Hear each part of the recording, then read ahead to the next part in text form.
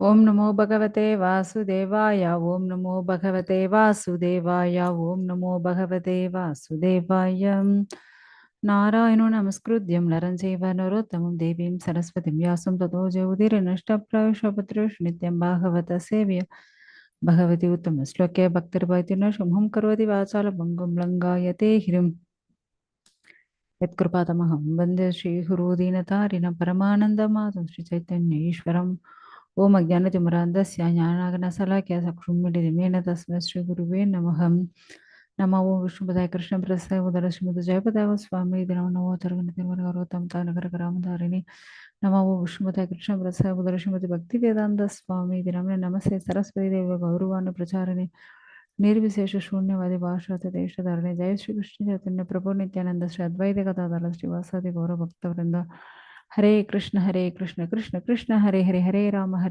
राम राम हरे हरे हरे कृष्णा இன்னைக்கு கர்க சம்ஹிதை கோலோக காண்டம் 13வது அத்தியாயம்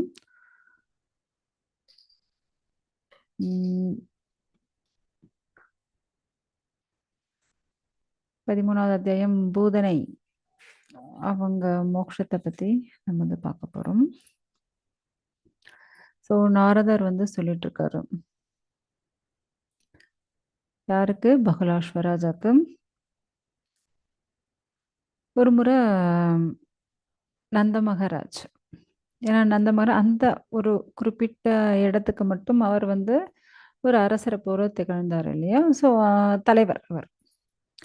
ஸோ நந்த மகாராஜ் என்ன பண்றாரு, கம்சனுக்கு வரி கொடுக்கணும். ஏன்னா எல்லாருமே வந்து வரி செலுத்துவாங்கல்ல. ஸோ அப்போ அந்த ஏரியாவில் இருக்கக்கூடிய அனைவருடைய வரியை வந்து நந்த மகாராஜ் எடுத்துகிட்டு போய் கொடுக்கணும். ஸோ இதெல்லாம் அந்த அந்த ஊர் தலைவர்கள் பண்ணி தான் ஆகணும் அரசருக்காக. அப்படி என்ன ஆகுது அப்படின்னா, நந்த மகாராஜ் என்ன பண்ணுறாரு, கம்சனுக்கு வரி கொடுக்கறதுக்காக போகிறாரு. ஏன்னா அப்படி போனால் அங்கே வந்து ஜெயிலில் வசுதேவர் இருக்கார் இல்லையா. ஸோ அவர் எப்படி இருக்கார் அப்படின்னுட்டு அதையும் தெரிஞ்சுட்டு அவர்கிட்டையும் கொஞ்சம் பேசிட்டு அப்படியே வந்து இவருக்கு குழந்தை பிறந்திருக்கு இல்லையா, கிருஷ்ணா பிறந்திருக்கார். ஸோ இதை பற்றியும் அப்படியே சொல்லிட்டு வரலாம் அப்படின்னுட்டு போறாரு. அப்படி இவர் போயிருக்கிற அந்த நேரத்தில், ஏன்னா கரெக்டாக நந்த மகாராஜ் அந்த இடத்த விட்டு கிளம்புறார். ஸோ அதனால தான் காத்துட்டு இருந்தான் கம்சன். ஓகே, நந்த மகாராஜ் இப்போ இங்கே வந்துட்டு இருக்காரு. உடனே ஒரு துஷ்ட ராட்சசி, ஸோ அந்த ராட்சசியை அனுப்புகிறாங்க. அவங்க பேர் தான் பூதனா. ஸோ குழந்தைகள் எல்லாம் கொல்றதுக்காக, ஏன்னா அந்த டைமில் பிறந்த அனைத்து குழந்தைகளையும் கொல்வதற்காக பூதனையை ஏவி விட்டுறாங்க. ஆக்சுவலாக அங்கே வந்து அவங்க எல்லா இடத்துல, அதாவது நகரங்களாகட்டும், கிராமங்களாகட்டும், வீடுகளாகட்டும், மாட்டு தொழுவங்களாகட்டும், ஸோ இப்படி எல்லா இடத்துலையும் அவங்க என்ன பண்ணுறாங்க, தேடி பிடிச்சி அப்போ பிறந்த குழந்தைகளை வந்து சாகடிச்சிட்டு இருக்காங்க. ஸோ இந்த பூதனை என்ன பண்ணுறான், கொஞ்சம் கூட மனிதாபிமானமே கிடையாது. அவ்வளோ ஒரு கொடூரமான ராட்சசியாக இருக்கா. ராட்சசி இல்லையா, அவளுக்கு எப்படி மனிதர்களுடைய அந்த மனோபாவம் வரும். ஸோ என்ன பண்ணிட்டு இருக்காங்க, அவளுடைய அந்த மூச்சு சத்தம் இருக்கு இல்லையா, பன்றி உருமுற மாதிரி கொர் கொருன்னு சத்தம் வருமா. கர் கருன்னுட்டு ஒரு மாதிரி சத்தம், அவளுடைய மூச்சு விடுற சத்தமே அப்படி இருக்கும். அவ என்ன பண்றா, ஏன்னா அவளுடைய ராட்சச ரூபத்துல வந்தா எல்லாரும் பயந்துடுவாங்க இல்லையா, அதனால அவ வந்து தன்னுடைய மாயையால ஒரு அழகான திவ்ய ரூபத்தை அடைஞ்சுடுறான். பார்க்கறதுக்கு ஏதோ 16-17 வயசு இளம் பெண் போல அவ்வளோ அழகா காட்சி கொடுக்குறா. அதாவது அவளை பார்க்கும்போது எல்லாரும் வந்து அப்படியே வசீகரிக்கப்படுவாங்க. அப்படி ஒரு பேரழகோட வர அவ.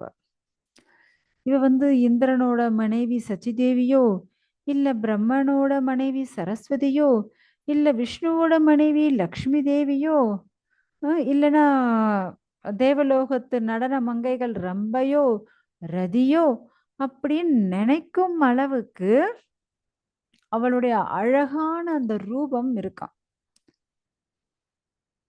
ஸோ இப்படி ஒரு திவ்ய ரூபத்த பார்த்து பெண்களே மயங்கி போறாங்க.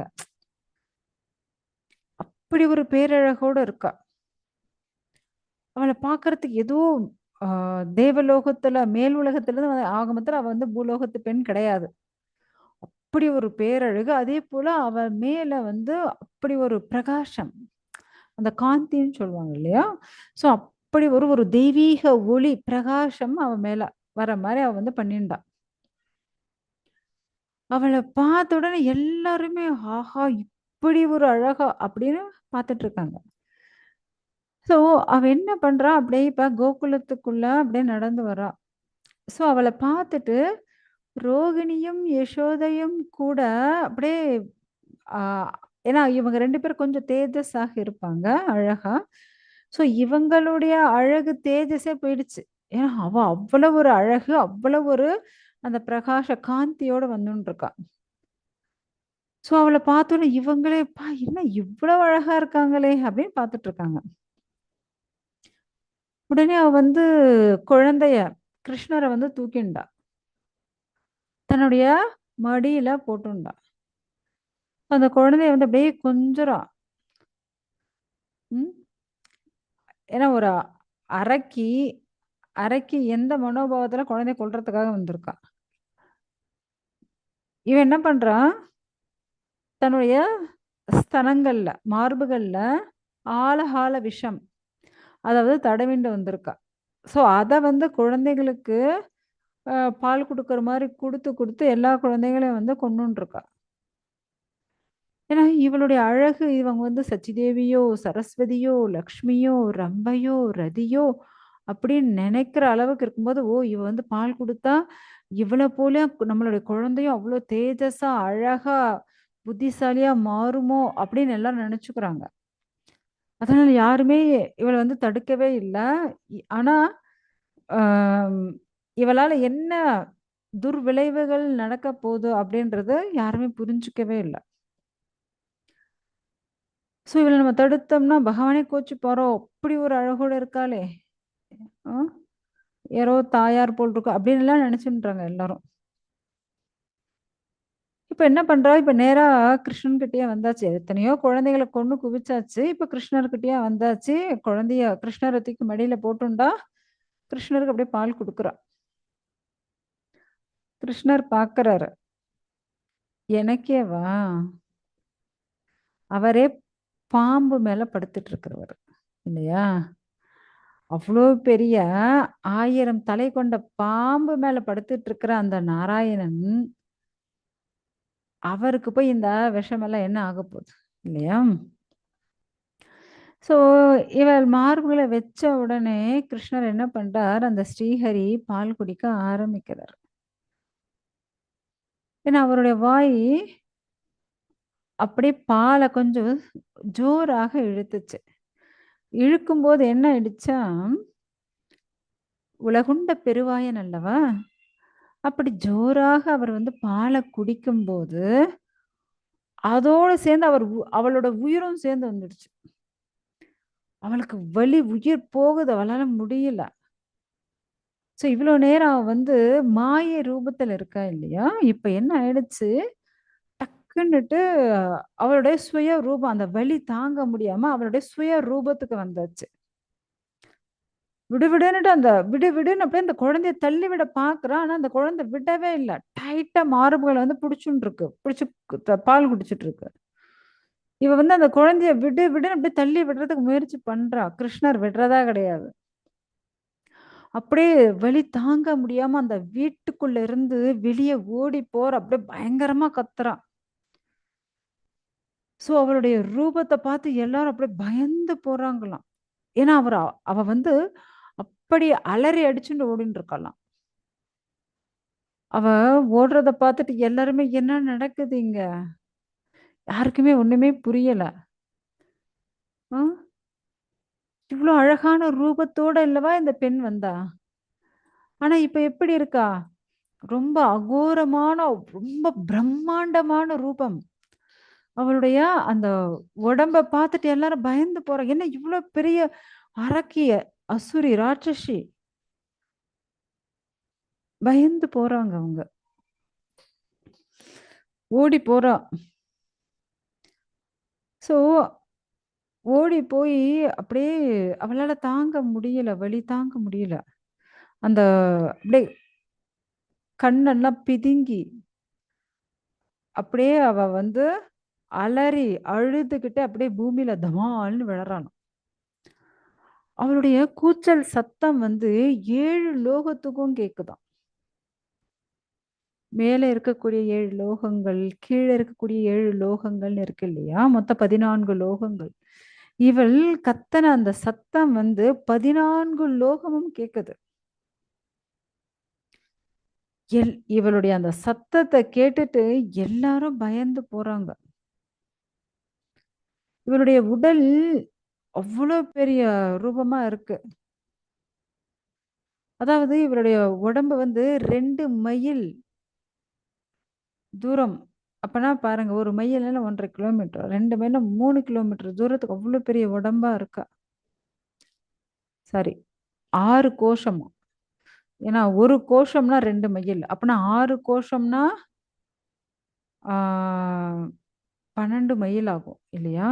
ஸோ 12 மைல் அப்படின்னா நமக்கு வந்து கிலோமீட்டர் கணக்குல நீங்க பார்த்தீங்க அப்படின்னா, இன்னும் அதிகமா 24 கிலோமீட்டர் அப்படி ஆயிடும். அப்பன்னா பாருங்க எவ்வளோ பெருசு. 6 கோஷம். அவ்ளோ நீளமான உடம்பாம். 1 கோஷம்னா 2 மைல். யோசிச்சு பாருங்க. அப்ப அவளுடைய உடம்பு எவ்ளோ பெருசா இருந்திருக்கும். 20 மைல் தூரம், 20, 24 மைல். சரி, 24 கிலோமீட்டர். அவ்ளோ பெரிய ரூபமா. அப்படி கத்திக்கிட்டு அவ வந்து விழறா. இவ விழுந்த இடத்துல இருந்த பெரிய பெரிய மரங்கள் எல்லாம் தூள் தூளா உடைஞ்சிருச்சு. ஏன்னா இவளோட சைஸ் அவ்வளோ பிரம்மாண்டம். அங்க இருக்கிற மரமெல்லாம் அவ சைஸுக்கு அதெல்லாம் ரொம்ப சின்னதுதான். அதெல்லாம் தூள் தூளா உடைஞ்சிருச்சாம். எல்லாரும் இவள் போட்ட அந்த சத்தத்துல எல்லாம் ஆ எல்லாரும் அப்படியே ஓடி வராங்க. என்ன ஆச்சு அப்படின்னுட்டு. வெளிய எல்லாம் வந்து பார்க்குறாங்க. இவளுடைய அந்த விசாலமான, அவ்ளோ பிரம்மாண்டமான அந்த உருவத்த பார்த்துட்டு எல்லாரும் பயந்து போறாங்க. அவளுடைய மார்பகத்தாண்ட அந்த குழந்தை இருக்கான். யாரு? கிருஷ்ணர். உயிரோட தான் இருக்காரு. ம். எல்லாரும் கத்துறாங்க. ஐயோ! நம்ம குழந்தை கிருஷ்ணன் பாருங்க, குழந்தை எங்க இருக்கான்? அவளுடைய மார்பகத்தாண்ட அந்த குழந்தை விளையாடிட்டு சிரிச்சுட்டு இருக்கு. ஏன்னா பூதனையுடைய பால குடிச்சிட்டு கிருஷ்ணர் பாட்டுக்கு ஜாலியா அங்க விளையாடிட்டு சிரிச்சுட்டு இருக்காரு. அது பாட்டியும் ஏன்னா ஃபுல்லா பால் குடிச்சாச்சு. இப்ப குழந்தைக்கும் தூக்கம் வரும் இல்லையா? அப்படியே கொட்டாய் விட்டுட்டு அப்படியே விளையாடிட்டு யாராவது தாலாட்டுனா போதும் தூங்கிடலாம். அப்படின்னு குழந்தை வந்து அப்படியே காத்துட்டு இருக்கான். அப்படியே யசோதையும் ரோகிணியும் பதறி போறாங்க. எல்லாரும் வந்து அந்த கோபியர்கள், கோப்பர்கள் எல்லாரும் ஓடுறாங்க. ஏன்னா அவ்ளோ பிரம்மாண்டமான அந்த உருவத்த பார்த்துட்டு பயந்து போறாங்க. குழந்தை வேற அங்க இருக்கா இல்லையா? அவ மேல. ஸோ குழந்தைய காப்பாத்தணும் அப்படின்னுட்டு பயந்து போய் எப்படியோ மேல ஏன்னா பாருங்க அந்த ஃபோட்டோலயே நீங்க பார்க்கலாம். எவ்வளோ குட்டி குட்டியா இருக்காங்க பாருங்க. நார்மல் மனிதர்கள். பூதனை அவ இருக்கா 20, 24 கிலோமீட்டர் சைஸுக்கு அவ்வளோ பெரிய ரூபம். ம். உடனே அந்த குழந்தைய ஏறி போய் அந்த கோப்பர்கள் என்ன பண்றாங்க? குழந்தைய அப்படியே தூக்கிட்டு வராங்க. தூக்கிட்டு வந்ததுக்கப்புறம் குழந்தைக்கு ஐயோ! இவ்ளோ பெரிய ராட்சசி கிட்ட இருந்து குழந்தை காப்பாற்றப்பட்டிருக்கு இல்லையா? ஸோ, அதனால குழந்தைய வந்து யமுனா நீரால அ அபிஷேகம் பண்றாங்க. அப்புறம் விருந்தாவன, கோகுல மண் எடுத்து பூசுறாங்க. திருஷ்டி கழிக்கிறாங்க. ம். அப்புறம் வந்து பசுவுடைய வாலால குழந்தைய வந்து சுத்தி போடுறாங்களாம். அப்புறம் கோமூத்திரத்தால, ம். அப்புறம் வந்து பசுமாட்டோடைய கன்னுக்குட்டி அந்த குளம்புலாம் அந்த மண் தூசு வந்து ரொம்ப சிரேஷ்டமானது. ஸோ அந்த மண் துகளெல்லாம் எடுத்து குழந்தைக்கு சுத்தி போடுறாங்க. ஸோ அதுக்கப்புறம் குழந்தைக்கு வந்து கிருஷ்ணர் வந்து அப்படியே அபிஷேகம் எல்லாம் பண்றாங்க. ஸோ அதுக்கப்புறம் குழந்தைக்கு வந்து பகவான நெனச்சு அப்படியே அ பகவானே இந்த குழந்தைய காப்பாத்துங்க அப்படின்னுட்டு அந்த குழந்தைக்கான கவசங்கள், அதாவது பகவானுடைய கவசம் இருக்கு இல்லையா, ஸோ அதை வந்து சொல்றாங்களாம். ஓகே, ஒரு நிமிஷம் இருங்க.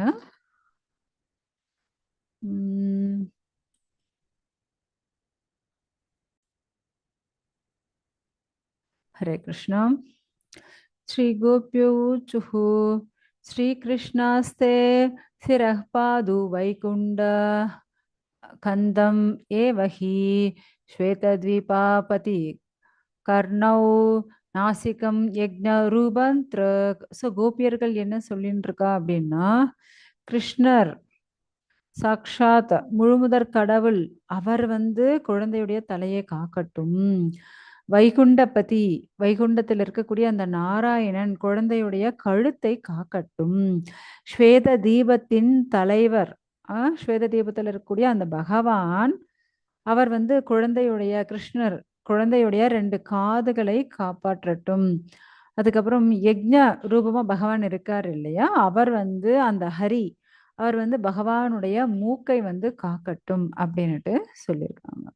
அப்புறம் வந்து நரசிம்மோ நேத்திர யுக்மம் ச ஜிஹ்வாம் தசரதாத்மஜா அதரா அவதாம் தே தூ நரநாராயணா ஹிருஷி. ஸோ அந்த நரசிம்மர் குழந்தைகளுடைய 2 கண்களை காக்கட்டும். பகவான் ஸ்ரீ ராமச்சந்திரர் குழந்தையுடைய நாக்க வந்து காப்பாற்றட்டும். அப்புறம் வந்து நரநாராயண ரிஷிகள் இருக்காங்க இல்லையா, ஸோ அந்த குழந்தையுடைய இதழ்களை காக்கட்டும். அடுத்தது கபாலோ பாந்து தே சாக்ஷாத் சனாதா யா காலா ஹரே பாலம் தே ஸ்வேதவராஹோ நாரதோ ப்ரூலதே வார்த்து. ஸோ இந்த இதுல என்ன சொல்லப்பட்டிருக்கு அப்படின்னா, சாக்ஷாத் அந்த சனத்குமாரர்கள் இருக்காங்க, ஏன்னா அவங்களும் வந்து பகவானுடைய கலா ரூபம், ஓகேங்களா. ஸோ அவங்க வந்து பகவானுடைய 2 கன்னங்கள் அதை வந்து காப்பாற்றட்டும். அப்புறம் வந்து ஸ்வேத வராகர் பகவானுடைய நெற்றியை காக்கட்டும். அப்புறம் வந்து நாரதர் வந்து குழந்தையுடைய புருவங்களை காக்கட்டும். சுபுக்கம் கபிலாபாது தத்தாத்ரேயோ ரோ அவாத்தும் ஸ்கந்தௌ द्वौ ऋषभा पातु करौ मत्स प्रपातु ते. ஸோ கபில பகவான் அதாவது கிருஷ்ணருடைய, அதாவது என்ன சொல்லுவாங்க, சின் வாய்க்கு கீழே இருக்கு இல்லையா, சின், அதை வந்து காக்கட்டும். டக்குன்னு தமிழ்ல வரல. ஓகே, ஸோ அதை வந்து காக்கட்டும். அப்புறம் வந்து தத்தாத்ரேயர், அவர் வந்து குழந்தையுடைய கிருஷ்ணருடைய மார்புகளை ரட்சிக்கட்டும். அப்புறம் வந்து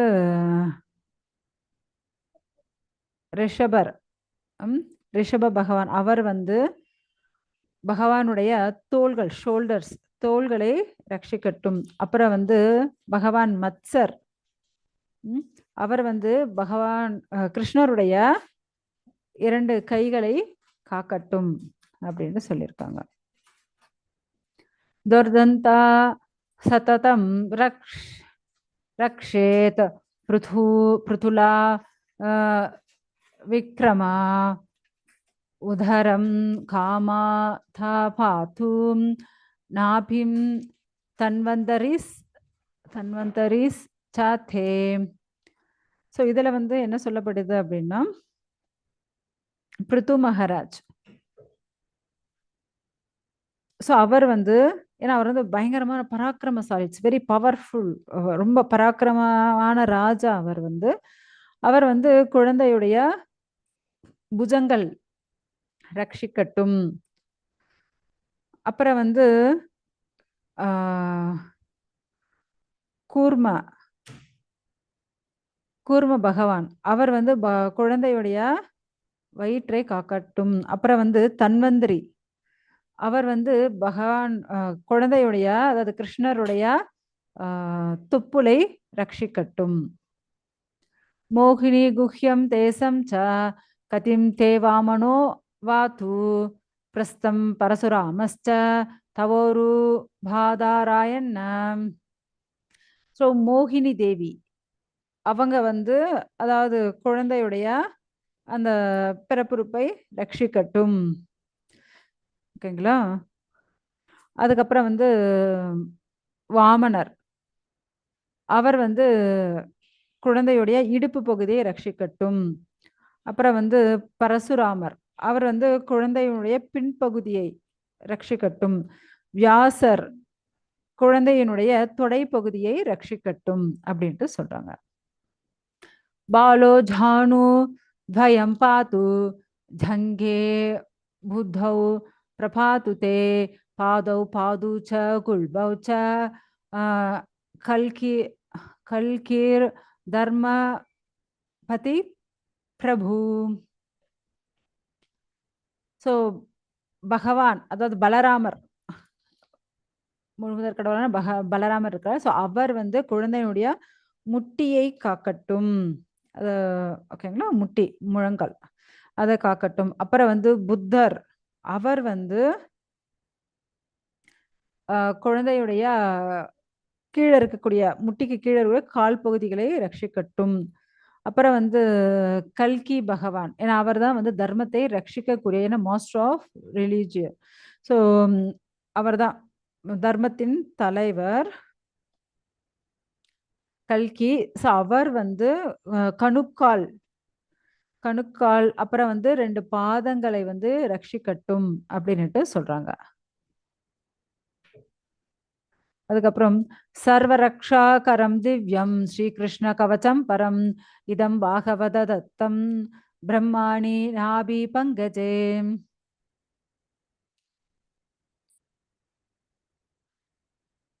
ஸோ இப்படி எல்லா அங்கங்களையும் இந்த கிருஷ்ண கவச்சம் ஏன்னா இப்ப அவங்க சொன்னது என்னவா இது வந்து ஸ்ரீ கிருஷ்ண கவச்சம் முழுமுதற்கடலான ஸ்ரீ கிருஷ்ண கவச்சம். இந்த கிருஷ்ண கவச்சத்தை சொன்னோம் அப்படின்னா அந்த குழந்தைக்கு வந்து அனைத்து பாதுகாப்பையும் கொடுக்கும். ஓகேங்களா? அதே போல ஏன்னா அந்த பகவானுடைய தொப்புள்ள இருந்துதானே பிரம்மாவே வந்தார் இல்லையா? இது வந்து இத வந்து சாக்ஷாத் பகவானே வந்து தன்னுடைய தொப்புள்ள உருவான முதல் ஜீவராசியான பிரம்மாவுக்கு சொல்லப்பட்டதா இந்த கிருஷ்ண கவச்சம் அவ்வளவு சிரேஷ்டமானது. ஸோ இந்த கிருஷ்ண கவச்சத்தை இப்ப அவங்க வந்து சொல்லி அதாவது இப்ப இருக்கக்கூடிய பேபி கிருஷ்ணாவை வந்து ரட்சிக்கட்டும் அப்படின்னுட்டு அவங்க வந்து சொல்லிட்டு இருக்காங்க. பிரம்மணே பிரம்மணம் சாம்பவே தத்தம் சம்பூர் துர்வாசாஸ் ததா ததௌ துர்வாசே ஸ்ரீ யசோ மத்தியை பிரதாக்சீர் நந்தா மந்திரி. ஸோ இங்க வந்து என்ன சொல்லப்படுறது அப்படின்னா எப்படி வந்து பகவான் வந்து இந்த கிருஷ்ண கவச்சத்தை பிரம்மாக்கு சொன்னார் அந்த பிரம்மா என்ன பண்றாராம் அந்த கவச்சத்தை சிவனுக்கு சொல்றார். சிவன் வந்து இந்த கவச்சத்தை கிருஷ்ண கவச்சத்தை துர்வாசருக்கு சொல்றார். துர்வாச முனி இந்த கவச்சத்தை வந்து யசோதாக்கு சொல்லியிருக்காங்க. ஸோ அதனாலதான் இந்த கிருஷ்ண கவச்சத்தை இப்ப இந்த குழந்தைய ரட்சிக்கட்டும் அப்படின்னுட்டு யசோதா வந்து சொல்லி எப்படியாவது என் குழந்தை கிருஷ்ணரை வந்து ரட்சிங்க அப்படின்னுட்டு பகவான வந்து கூப்பிட்டு இந்த கவச்சத்தை வந்து சொல்லிட்டு இருக்காங்க. ஏன்னா நம்ம பயத்துல கூட ஹரே கிருஷ்ணான்னு சொல்லுவோம் இல்லைன்னா நரசிம்மா நாராயணன் கூப்பிடுவோம் இல்லையா? ஸோ அது போல இந்த அம்மா என்ன பண்றாங்களா இந்த கிருஷ்ண கவச்சத்தை சொல்லிட்டு இருக்காங்க தன்னுடைய குழந்தைய வந்து காக்கணும் அப்படின்னுட்டு. ஓகேங்களா? ஸோ யசோதா என்ன பண்றாங்க இப்படி பகவானை வந்து வழிபட்டு தன்னுடைய குழந்தைய காப்பாற்றணும் அப்படின்னுட்டு பிராமணர்களுக்கெல்லாம் என்ன பண்றாங்களாம் தானம் பண்ணி ஏன்னா அவங்கெல்லாம் பிராமணர்கள் ஆசீர்வாதம் வேணும் இல்லையா? ஸோ அப்படியே அவங்களுடைய ஆசீர்வாதம்லாம் வேணும் அப்படின்ட்டு அவங்களுக்கெல்லாம் தானம் பண்ணி குழந்தைய வந்து என்ன பண்ணாங்க, அவங்க வந்து பால் குடுத்து ஆசுவாசப்படுத்தி குழந்தைய வந்து எடுத்துட்டு போறாங்க. ஏன்னா, இப்ப இதுவரையும் வந்து நந்த மகாராஜுக்கு தெரியாது. என்ன நடந்துச்சு அப்படின்னுட்டு. இல்லையா? ஸோ அவங்க வந்து அங்க வரி செலுத்துறதுக்காக போனவங்க தான். ஸோ அவங்க வந்து இப்ப தான் திரும்பி வந்துன்ருக்கா. ஸோ அப்படி அவங்க திரும்பி வந்துன்ருக்கும்போது தான் பார்க்குறாங்க. என்னடா இது நம்ம ஊருக்குள்ள இவ்ளோ பெருசா ஏதோ ஒரு அசுர உடம்பு இருக்கே அப்படின்னுட்டு இப்ப தான் அவங்க வந்து பார்த்துன்ருக்காங்க. அப்படியே அசந்து போறாங்க. ஏன்னா இப்ப தான் அவங்க மதுரால இருந்து கோகுலத்துக்கு திரும்பி வந்துட்டுருக்காங்க. ஏன்னா பூதனையுடைய இந்த பயங்கரமான உடம்ப பார்த்துட்டு அவங்களே அதிர்ச்சி அடைஞ்சுடுறாங்க. எப்படி இது இவ்ளோ பெரிய ராட்சசி எப்படி இங்க வந்தாங்க அப்படின்னுட்டு. ஏன்னா இப்ப அந்த உடம்பு வந்து செத்து இருக்கு. ஸோ இவ்ளோ பெரிய உடம்ப வந்து எரிக்க முடியல. ஏன்னா ரொம்ப பெருசா இருக்கு இல்லையா? ஸோ அதனால அவங்க என்ன பண்றாங்களாம், கொஞ்சம் அ கோடாரியால வந்து கைய தனியா, காலு தனியா, ஸோ இப்படி தனித்தனியா வெட்டி, தனித்தனியா வந்து எரிய எரிய வைக்கிறாங்க. ஓகேங்களா? ஸோ அப்படி எரியும்போது, அந்த புகை வந்து எப்படி ஏன்னா நம்ம வந்து நார்மலா மனித சரீரத்த எரிய வச்சாங்க அப்படின்னா, ஒரு மாரி அ துர்வாடை வரும். ஆனா, இந்த பூதனையுடைய உடம்ப எரிய வைக்கும்போது வந்து என்ன வாசனை வருது அப்படின்னா, ஏலக்காய் வாசனை வருதாம். லவங்க வாசனை வருதாம். சந்தன வாசனை வருதாம். அகில் வாசனை இப்படி விதவிதமான நறுமணம் வருதாம். காரணம் என்ன அப்படின்னா, கிருஷ்ணர் எப்ப அவங்க மேல ஏறி, அ கிருஷ்ணர் அவங்களுடைய பால குடிச்சாங்க இல்லையா? ஸோ அதனால கிருஷ்ணர் அவங்களுடைய மேனிய தொட்டதனாலேயே அவங்க வந்து பவித்திரமாயிட்டாங்க. அதனாலேயே அவங்களுடைய உடம்பு வந்து அவ்வளவு அற்புதமான நறுமணங்கள் வந்து வந்துட்டுருக்கு. ஸோ இப்ப பூதனைக்கு வந்து மோட்சமும் பகவான் வந்து குடுத்துட்டார். ஸோ பாருங்க, தன்னை கொல்றதுக்காக வந்த ஏன்னா தன்னுடைய மார்புகள்ல ஹாலஹால விஷத்தையே தடவிண்டு வந்த அந்த பூதனைக்கே பகவான் என்னத்த குடுத்தார்? மோட்சத்த குடுத்துட்டார். ஸோ இதெல்லாம் நாரதர் வந்து பகுலாஸ்வனுக்கு சொல்லின்னு இருக்கார். பகுலாஸ்வன் வந்து கேட்கறாங்க. ஓ! தேவரிஷி நாரதரே! இப்படி குழந்தைய கொல்ல வந்த அந்த அரக்கி பூதனை, அவங்க முற்பிறவில என்னவா இருந்தாங்க? ஏன்னா, ஒரு குழந்தைய விஷம் வச்சு கொல்ற அளவுக்கு இவ்ளோ ஒரு குரூரமான அரக்கியா பொறந்திருக்காங்க இல்லையா? இவங்க முன் ஜென்மத்துல அப்படி என்னவா பிறந்தாங்க இவங்க? அப்படி ஒரு ராட்சசியா இருந்தும் இவங்களுக்கு வந்து இப்படி மோக்ஷம் பகவான் ஏன் குடுத்தார்? இல்லையா? எத்தனையோ குழந்தைய கொன்னுட்டு தானே இப்ப கிருஷ்ணர்கிட்ட வந்தாங்க. ஸோ இவங்களுக்கு பகவான் ஏன் மோட்சம் குடுத்தார்? அப்படின்னு கேள்வி கேட்கிறாரு. யாரு? பகுலாஸ்வ ராஜா. ஸோ இப்ப வந்து நாரதர் சொல்ல ஆரம்பிக்கிறார். அதாவது முன்னொரு காலத்துல பலி சக்கரவர்த்தி பலி சக்கரவர்த்தி வந்து யாகம் பண்ணிட்டு இருந்தார். அப்படி அந்த யாகத்துக்கு சாக்ஷாத் பகவான் வாமன தேவரா போனார். அந்த ரூபத்த பார்த்துட்டு அவங்களுடைய பலி சக்கரவர்த்தியுடைய பொண்ணு ரத்னமாலா, "அப்பா! என்ன ஒரு அழகு இந்த வாமன தேவர்." ஏன்னா இப்பதான் வாமனர் வந்து அந்த யாகத்துக்குள்ள நுழைய போறார். அதுக்கு முன்னாடியே அந்த அம்மா பார்த்தாச்சு. அந்த என்ட்ரன்ஸ்லயே பார்த்துட்டாங்க. என்ன ஒரு அழகு! இப்படி ஒரு மகன அல்லவா பெறணும் பெத்தா. ம். இந்த குழந்தைக்கு அ அதாவது பெத்தா இப்படி ஒரு குழந்தைய பெக்கணும். இப்படி ஒரு அழகான குழந்தையா? அப்படின்ட்டு அந்த அம்மா வந்து ரொம்ப ஆச்சரியப்பட்டு அப்படியே சந்தோஷப்பட்டாங்களாம்.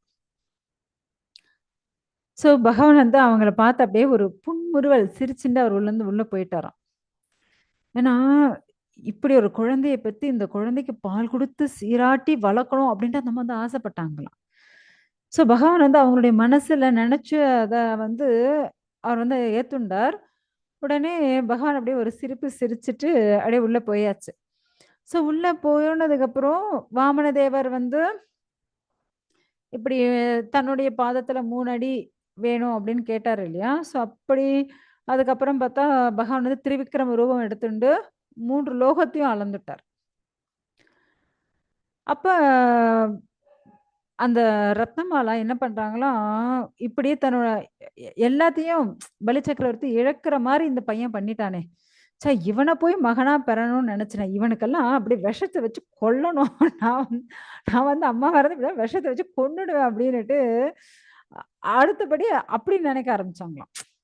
அதாவது பகவான் திருவிக்ரமரூபம் எல்லாம் எடுத்துட்டு அதுக்கப்புறம் கடைசியா. பகவான் அப்பயும் அத பார்த்து ஒரு சிரிப்பு சிரிச்சாராம். அதனால தான் இப்ப என்ன ஆயிடுச்சு, அவங்க தான் ரத்னமாலா இப்ப துவாபர யுகத்துல பூதனான்ற அரக்கியாக பிறந்தாங்க.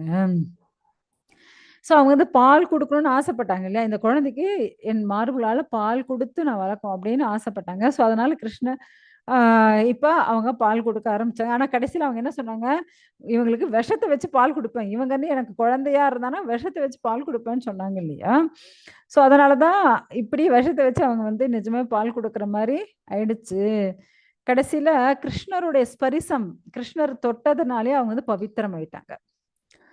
அதனால அவங்களுக்கு வந்து மோட்சம் கிடைச்சது. ஏன்னா கிருஷ்ணர் சாக்ஷாத் முழுமுதற் கடவுள் இல்லையா? பூதனைய தொட்டதுனால அவங்களுடைய அனைத்து கல்மஷங்கள், பாவங்கள் அனைத்தும் போயி, அவங்க வந்து மோட்ச கதியை அடைந்தார்கள். இத வந்து யார் ஒருத்தர் ரொம்ப பக்தியோட கேட்குறாங்களோ, ம்.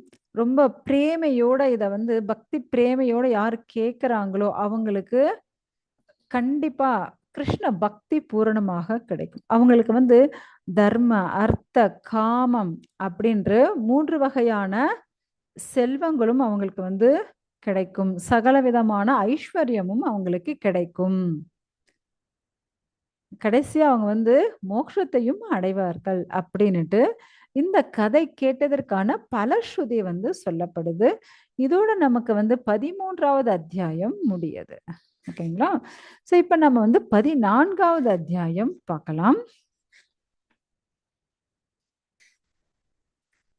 14வது அத்தியாயம் என்ன அப்படின்னா, இது வந்து ஆம் சகடாசூரன், திருணாவர்த்தன் அவங்களை பற்றிய கதை. அவங்கள பத்தி என்ன இருக்கு அப்படின்னுட்டு நம்ம வந்து பார்க்கலாம். ஓகே. நெக்ஸ்ட்டு சகடாசுரன் பார்க்க போறோம்.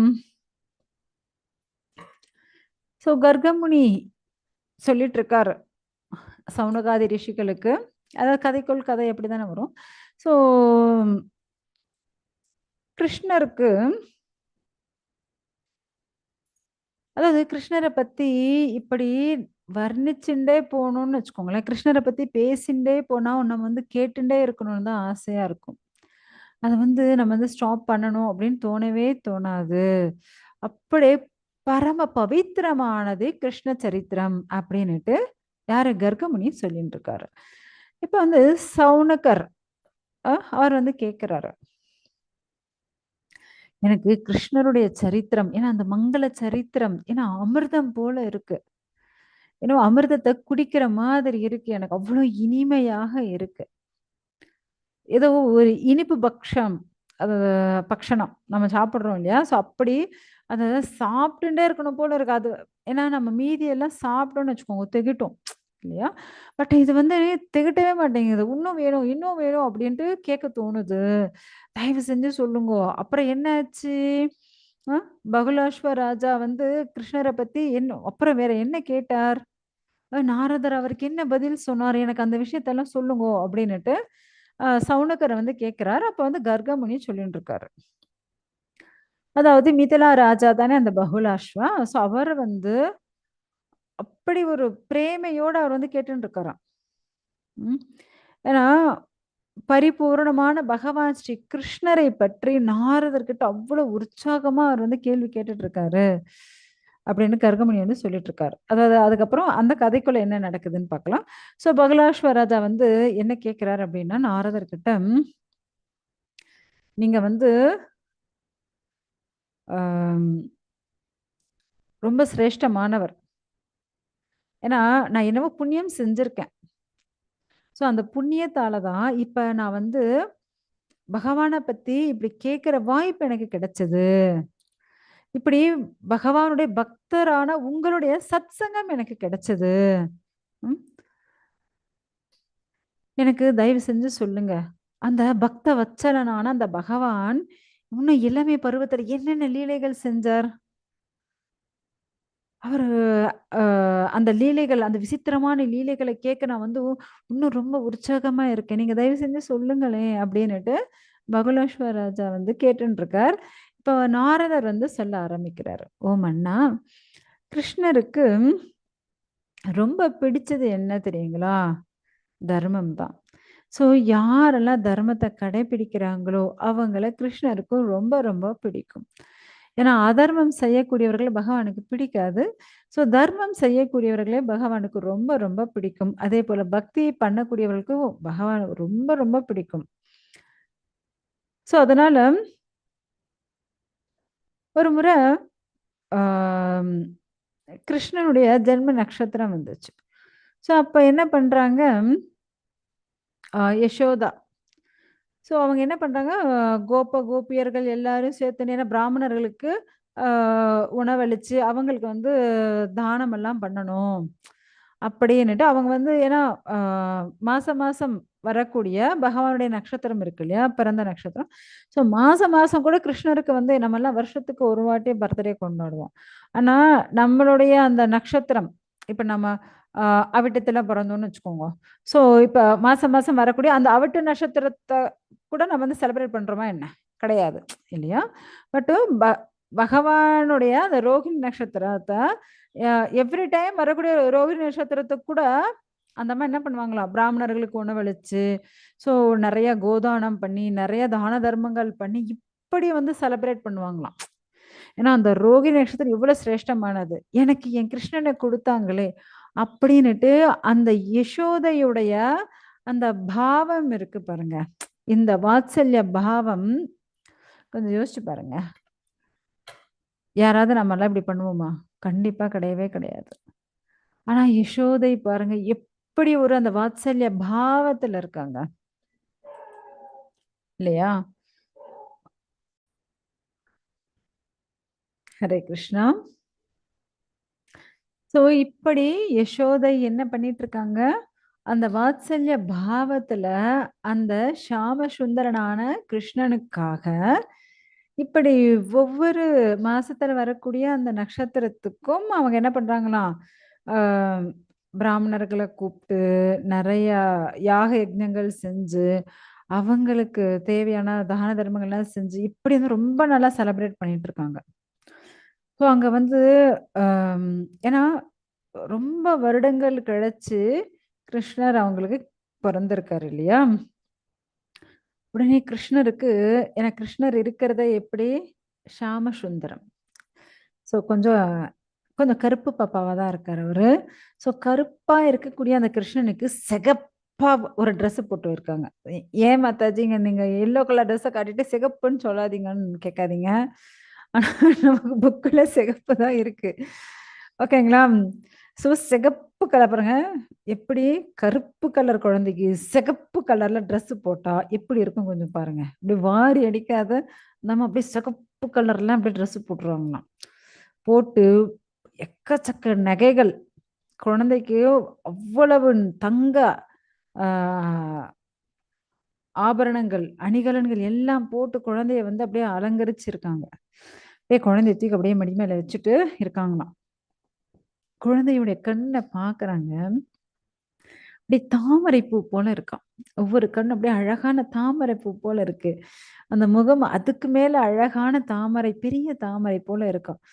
ம். அந்த கண்ணுக்கெல்லாம் அழகா மை தீட்டுறாங்களாம். ஏற்கனவே கருப்பு குழந்தை. போட்ட ட்ரெஸ்ஸு சிகப்பு ட்ரெஸ்ஸு. இதுல கண்ணுக்கு மை வேற. கொஞ்சம் யோசிச்சு பாருங்க. ஆ கழுத்துல வந்து புலி நகம் போட்ட அந்த பதக்கத்தோட அந்த நகை போட்டுறாங்க குழந்தைக்கு. ம். அப்புறம் வந்து ஆ சந்திரஹாரம். குழந்தைக்கு அப்படி ஒரு நகை. So it's many types of jewels இங்க வந்து குடுக்கப்பட்டிருக்கு. ஸோ அப்படி நெறைய ஆபரணங்கள் வந்து கிருஷ்ணருக்கு போட்டுட்டு இருக்காங்க. அதேபோல அம் நெறைய தேவர்கள் எல்லாம் வணங்கி, அப்புறம் வந்து அங்க வந்த அந்தணர்களுக்கெல்லாம் நெறைய தான தர்மங்கள் பண்ணிண்டு, இப்படி வந்து இருக்காங்களாம். சரி இன்னும் நெறைய பேருக்கு ஏன்னா இப்ப குழந்தைக்கு பால் குடுத்தாச்சு. குழந்தை அப்படியே தூங்க ஆரம்பிச்சுட்டான்.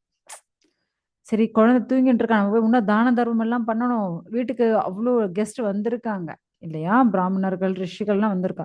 ஸோ இன்னும் அவங்களுக்கெல்லாம் வந்து அதிதி சஸ்காரம் பண்ணணும் இல்லையா? ஸோ அதனால குழந்தை என்ன பண்றாங்க, அப்படியே குழந்தை தூங்கிட்டாங்க. என்ன பால் குடிச்சு தூங்கியாச்சு. ஸோ பாப்பாவை என்ன பண்றாங்க, குழந்தைய அழகா அப்படியே படுக்க வச்சாச்சு அங்க. ம்.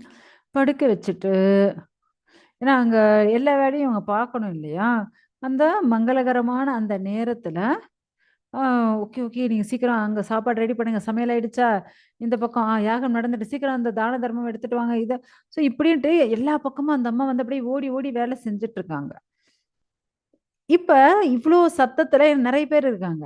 அங்க குழந்தை வந்து அழுது இப்ப ஏன்னா சில குழந்தைங்க நீங்க பார்த்தீங்கன்னு வச்சுக்கோங்களேன், பால் குடிக்கும்போது டொய்ங்கன்னு தூங்கிடும். அம்மா அப்படி இறக்கி தூக்கி அப்படி தூளியில போட்டாங்கன்னு வச்சுக்கோங்களேன், டொய்ங்கன்னு கண்ணு முழிச்சுன்னு புளுக்கு புளுக்குன்னு பார்த்துட்டு இருக்கும். ஓகேங்களா? ஸோ, அப்படி பால் குடுக்குற இந்த குழந்தை தூங்கிட்டு இருந்துச்சு. தூக்கி அம்மா அப்படி கீழ போட்டுன்னு அவள தூக்கிட்டு சரி, அம்மா அப்படியே கிளம்பி போனாங்க. சரி குழந்தை தூங்கிட்டு இருக்கான். நம்ம போய் என்ன பண்ணலாம்? எல்லாம் மத்த ஏற்பாடெல்லாம் பார்க்கணும் இல்லையா? வந்தவங்களெல்லாம் பார்க்கணுமே அப்படின்ட்டு அவங்க அ எழுந்திரிச்சு போனாங்க. இப்ப கிருஷ்ணர் எழுந்துட்டார். அவ்வளதான். அப்படியே புளுக்கு புளுக்குன்னு பார்த்துட்டு அழ ஆரம்பிச்சாச்சு. இப்ப அவ்ளோ சத்தத்துல அந்த எந்த பக்கம் வேத மந்திரங்கள் ஓதின்னு இருக்கா. யாக யக்ஞங்கள் நடந்துட்டு இருக்கு. இந்த பக்கம் நெறைய குழந்தைங்க அது இதுன்னு ஒரு மாரி சத்தம். குழந்தை அழறத கேட்கவே இல்ல. ஸோ ஏன்னா கம்சன் ஆல்ரெடி ஒரு அசுரன அனுப்பியாச்சு. ஆ அவன் பேரு வந்து உத்கசன். அவன் பேர் என்ன? உத்கசன். அவன் வந்து வண்டி ரூபத்துல அ வண்டி ரூபத்துல அவன் வந்து அங்க வந்திருக்கான். ஸோ அந்த வண்டியில நீங்க பார்த்தீங்க அப்படின்னா, பானையில அப்படியே பாலு, தயிரு, வெண்ணெய் ஏன்னா யாக யக்ஞத்துக்கெல்லாம் தேவை இல்லையா? ஸோ அந்த வண்டியில எல்லாம் வச்சுன்னு இருக்கா. அப்படியே இப்ப பார்க்குறான். ஏன்னா இந்த வண்டி ரூபத்துல தான் இப்ப அசுரன் வந்து இருக்கான். ஓஹோ! குழந்தை பக்கத்துல யாரும் இல்ல. அப்படியே வண்டிய எடுத்து போய் அப்படியே குழந்தை தலையிலேயே அப்படியே போட்டு, அந்த குழந்தைய சாவடிச்சிடலாம் அப்படின்னுட்டு இந்த உத்கசன், அந்த அசுரன் வந்து நினைச்சுண்டான். அவன் என்ன பண்றான், அப்படியே அந்த குழந்தை பக்கத்துல வண்டியில தான் இப்ப அவன் வந்து ஆவிர்வவிச்சிருக்கான். ஸோ அந்த வண்டிய அப்படியே வரான். கிருஷ்ணர் அழுதுன்னு இருக்காரு. அவர் வந்து என்ன உலகுண்ட பெருவாயன் அல்லவா? ஸோ நம்ம ஆளுக்கு எப்பவும் கொஞ்சம் அதிகமா பால் வேணும். நெறைய பால் குடிச்சுண்டே இருப்பாரு.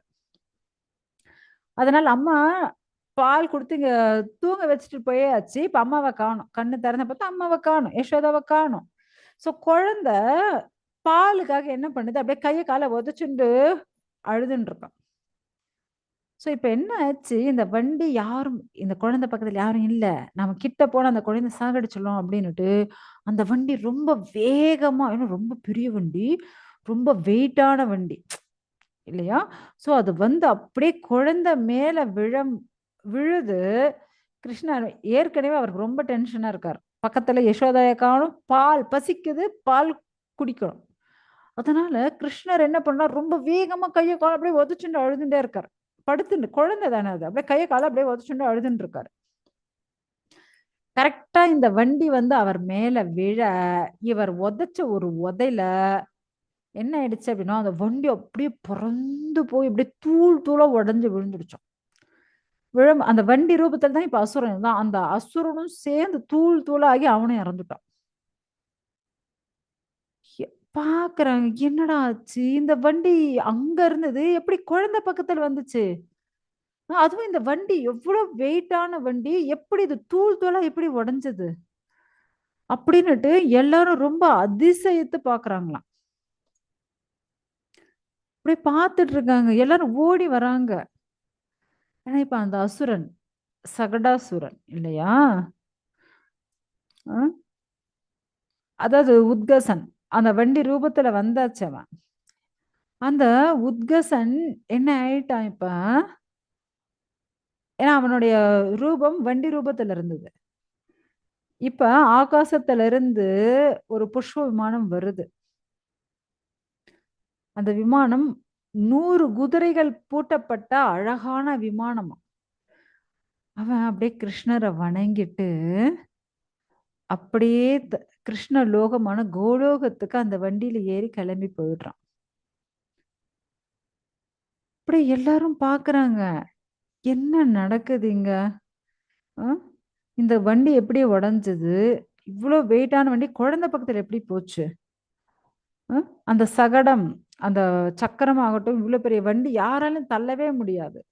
ஏன்னா, அந்த வண்டியில அவ்ளோ பா பெரிய பெரிய குடங்கள் எல்லாம் இருக்கு. அது எப்படி குழந்தை பக்கத்துல வந்துச்சு? ஒருத்தரால இழுத்துட்டே போக முடியாது. ஏன்னா, அவ்ளோ வெயிட்டான பெரிய வண்டி. எப்படி இது விழுந்தது? எப்படி இது உடைஞ்சது? எல்லாரும் அப்படியே திகைச்சு போய் நிக்கிறாங்க.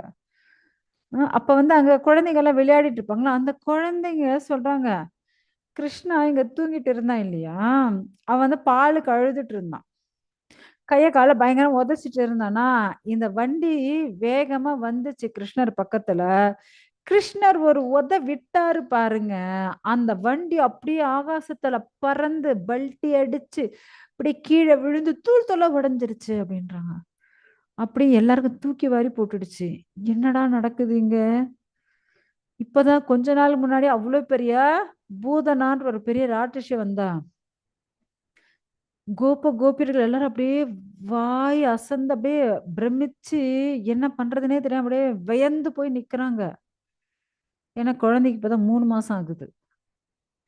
ஒரு 3 மாச குழந்தை உதைச்சு, இவ்ளோ பெரிய வண்டி பறக்குது. ஆகாசத்துல பறந்து கீழ விழுந்து, தூள் தூளா எப்படி உடையும்? அப்படின்னு எல்லாரும் வந்து பாக்குறாங்க. குழந்தைக்கு வந்து பாலக்கிரகம் புடிச்சிருச்சோ? ம். ஏன்னா தோஷம். 16 வயசு வரையும் அந்த தோஷம் இருக்குன்னு சொல்லுவாங்க. பாலக்கிரகம்ன்னுட்டு. ம். அதுபோல தோஷம் ஏதாவது தாங்கிடுச்சோ? அதனால தான் இப்படி ஒரு ஆபத்துக்கள் வந்துன்னு இருக்கோ? அப்படின்னு எல்லாரும் பயந்து போறாங்க. உடனே நம்ம வந்து கிரக சாந்தி பண்ணலாம். இல்ல அந்த சாந்தி பண்ணலாம். அந்த பிராமணர்கள் எல்லாம் கேட்கறாங்க. "என்னங்க இது திரும்ப திரும்ப குழந்தைக்கு இப்படி ஆயிட்டு இருக்கு. தயவு செஞ்சு ஏதாவது ஒண்ணு பண்ணுங்க." அப்படின்னு அவங்க வந்து இன்னும் வேற என்ன பண்ணலாம்? அப்படின்னு அப்படியே எல்லாரும் யோசிக்கிறாங்க. அப்புறம் நெறைய யாகங்கள்லாம் பண்றாங்க. குழந்தைங்க அப்புறம் அந்த பிராமணருக்கு நெறைய தானம் எல்லாம் பண்றாங்க. ஏன்னா குழந்தை நல்லா இருக்கணும் அப்படின்னுட்டு இப்படியெல்லாம் பண்ணிட்டு இருக்காங்க. உடனே பகுலாஷ்வன் வந்து கேட்கிறாரு. இந்த நாரதரே, இந்த உத்கசன்னுட்டு அந்த அசுரன் அவன் முன்பிறவில என்னவா இருந்தான்? இப்ப ஒரு பெரிய வண்டியா வந்து கிருஷ்ணர எட்டி உதைச்சு, அவன் பறந்து, விழுந்து, தூளாகி எல்லாம் போச்சு. இவன் முன் ஜென்மத்தில் என்னவாக இருந்தான்? ஏன்னா பகவானுடைய கால் பட்டு இவனுக்கு மோட்சம் கிடைச்சது. அதுவும் கோலோகத்துக்கே கிளம்பி போயிட்டானே. அப்ப இவன் என்ன பண்ணியிருக்கான்? அப்படின்னு கேட்கிறாங்க. ஓகேங்களா? இப்ப அவன் என்ன செய்தான்? அப்படின்றத நாம ஏன்னா முன் ஜென்மத்துல அவங்க என்னவோ ஒரு புண்ணியம் பண்ணியிருக்கவே தான், இப்ப பகவானுடைய காலால மிதிப்பட்டு இறந்தாச்சு. அப்படி என்ன புண்ணியம் பண்ணாங்க? அப்படின்னது நாம அடுத்த கிளாஸ்ல பார்க்கலாம். ஓகேங்களா? ஹரே கிருஷ்ணா.